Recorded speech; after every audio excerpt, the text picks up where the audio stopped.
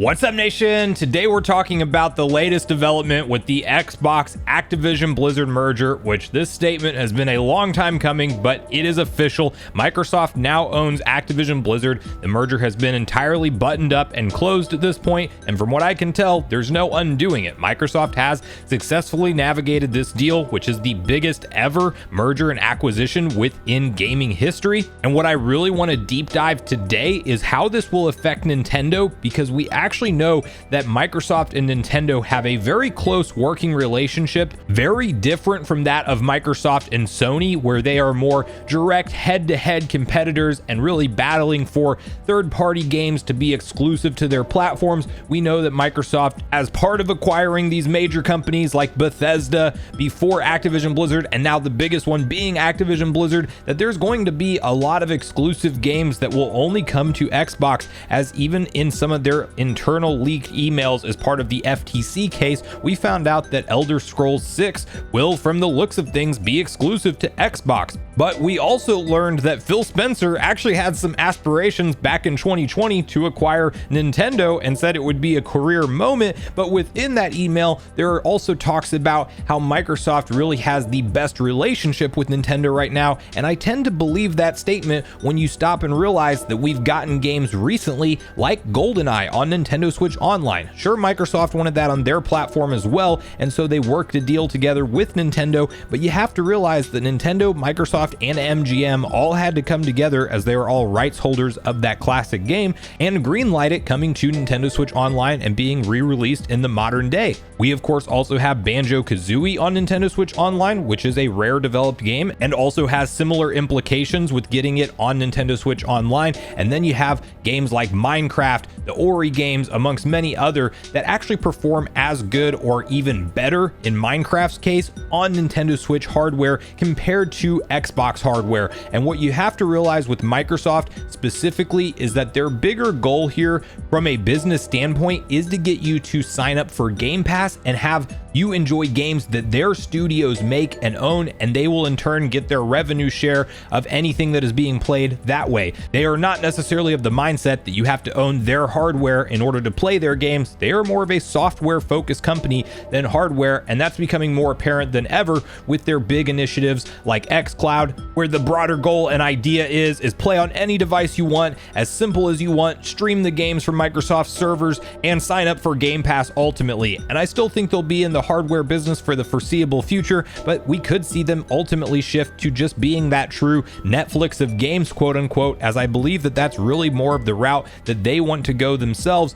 And at that point, while I don't think that they'll ever acquire Nintendo, I do think that they will see them as yet another vessel or avenue to have their games accessible for. Will we see something like Game Pass come to Nintendo Switch? Probably not, just for the simple fact that that would really undercut a lot of Nintendo eShop games that Nintendo would want to have you purchase through their eShop store and not have access to a subscription service that puts a ton of those readily available to you, with none of that revenue coming to Nintendo, unless if they navigate some kind of really unique agreement where somehow Nintendo has a limited version of Game Pass where you only have first-party exclusive Microsoft games available for download. I don't necessarily see anything like that happening, but there is one particular franchise that we know will be coming to Nintendo Switch following the completion of this merger, because it is a inked deal that is actually legally binding, and that is none other than Call of Duty coming to Nintendo Switch for the next 10 years.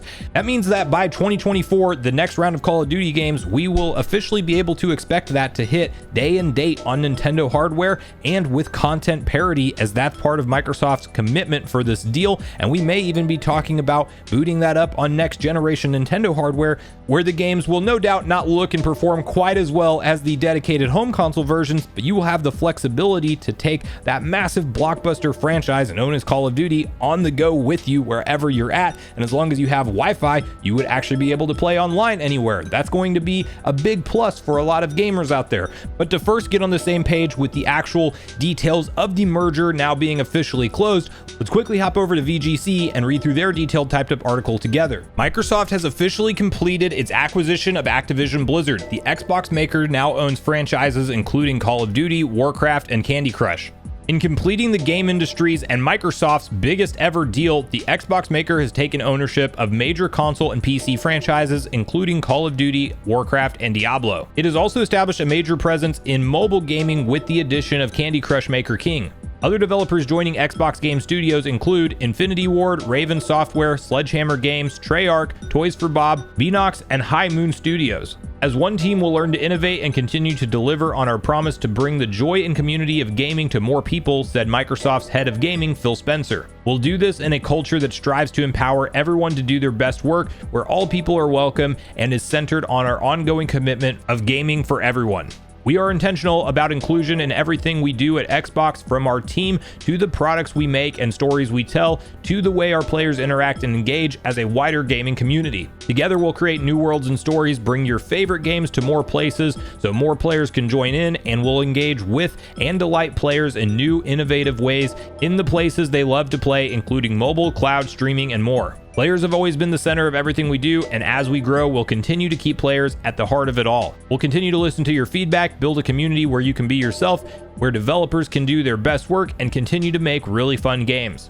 As promised, we will also continue to make more games available in more places, and that begins now by enabling cloud streaming providers and players to stream Activision Blizzard games in the European Economic Area, a commitment made to the European Commission. Today, we start to work to bring beloved Activision Blizzard and King franchises to Game Pass and other platforms. We'll share more about when you can expect to play in the coming months. We know you're excited, and we are too. So clearly there's a lot of PR speak within that statement, and Microsoft is a mega corporation, and you could never fully trust any mega corporation to have the consumer's best interests in mind. But I do think that with the particular situation that Activision Blizzard was in and how they were running their company as a standalone business was problematic, and it also created kind of a situation where Call of Duty and the Diablos of the world on the Blizzard side, and I guess World of Warcraft as well, they were kind of the main focus for bringing in revenue, and it made all the other fantastic franchises that Activision Blizzard owns and has the rights to kind of go on the back burner. And I do think that we will see some of that start to change, as Bobby Kotick even said numerous times that with Microsoft's AI technology and different tools and resources that they have to develop games,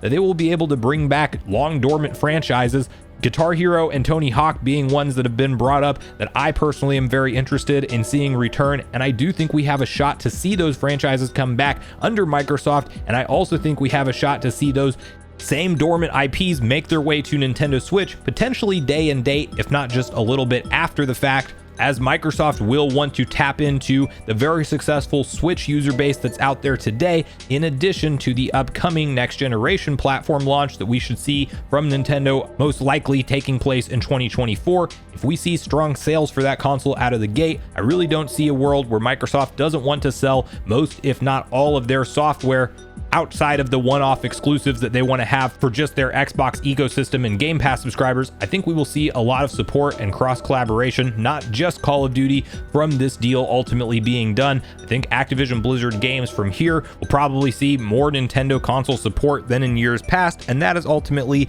good news for me, good news for you, good news for Nintendo gamers out there, because Activision Blizzard by themselves really did not put any kind of notable focus within Nintendo's consoles, and I think that that could change. Hopefully we're going to be talking about games like Tony Hawk's 3+4 Remastered, or maybe something in the Underground franchise before long, a true return to form for Guitar Hero, and see that go live again. Maybe Diablo 4 will actually get a Nintendo Switch 2 port or something to that effect. And there's obviously things you can do in the future with Crash Bandicoot and Spyro, among so many others. Like, Activision Blizzard is absolutely a notable company because of the depth of the gaming franchises and IP that they own. That's not even talking about mobile and what kind of real revenue driver that's going to be for Microsoft, because you know that King owning Candy Crush, that was actually one of the biggest points of revenue that they're going to bring in terms of their in-house like immediate profitability. So this is a very exciting moment in gaming. There's going to be a lot of changes to come. I will definitely keep you guys updated with anything that breaks in terms of official new announcements, especially relating to more Microsoft games potentially headed to Nintendo consoles. But that's where I really want to hear from you guys at this point in the video, your personal thoughts and opinions on this merger update. Now it's all closed and done. No more wondering if whether or not this thing will get blocked and totally fall apart. It is a thing of the past, and I really want to hear whether or not you think this is going to be be a good thing for us gamers at the end of the day, and Nintendo specifically, or if you think that this could be something where Microsoft sweet talk their way into a deal, but maybe don't actually live up to all the promises and make many of their games actually more accessible to more players, and they go really the hardcore exclusivity route with all of this on the Xbox ecosystem side of things. And bonus question, let me know which Activision Blizzard franchises that we haven't seen support for recently that you would most love to see brought back in the current gaming day. But regardless of your thoughts and feelings on everything we talked about today, I do look forward to hearing from you all in the comments down below before you leave the video, as I do look forward to getting a back and forth conversation started with you all around these topics. Go watch yesterday's video next if you haven't already, which is on screen right now. Also make sure you like, subscribe, turn on your notification bell, and I will see you guys in the next video.